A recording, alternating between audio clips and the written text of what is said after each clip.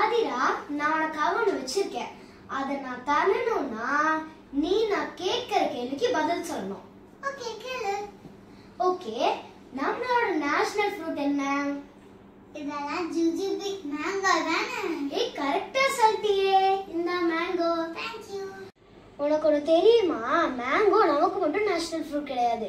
Pakistan, Philippines இந்த 2 நாட்டுக்குமே mango தான் national fruit.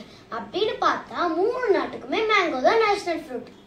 உனக்கு வேற என்னெல்லாம் தெரியும் மேங்கோஸ் பத்தி? தெரியுமே. இந்த மாதிரி நிறைய இன்ஃபர்மேஷன் இருக்கு. உனக்கு ஒன்று தெரியுமா?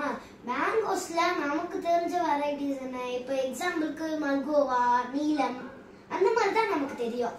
ஆனா மேங்கோஸ்ல ஆயிரக்கணக்கான வெரைட்டிஸ் இருக்காமா. ஓஹோ, மேங்கோஸ் நல்லா ஸ்வீட்டா இருக்கும்னு எனக்கு தெரியும். அதுல என்னென்னலாம் இருக்கு?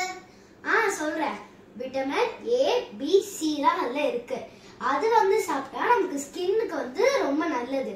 அதே போல இதுல நார் சத்து ரொம்ப அதிகமா இருக்குன்றதுனால டைஜஷன் ஆகிறதுக்கு ரொம்ப ஈஸியா இருக்கும். ஆனா இதுல ஒரு முக்கியமான விஷயம் இருக்கு. என்னன்னா, இயற்கையா விளைஞ்சதை மட்டும் தான் நம்ம சாப்பிடணும். இயற்கையா விளைஞ்சதை சாப்பிட்டாதான் நமக்கு இந்த சத்தெல்லாம் கிடைக்கும். இந்த மாதிரி கெமிக்கல் போட்டு பழுக்க வைக்கிறது அந்த மாதிரி மேங்கோஸ்லாம் சாப்பிட்டா இந்த சத்தெல்லாம் கண்டிப்பா கிடைக்காது.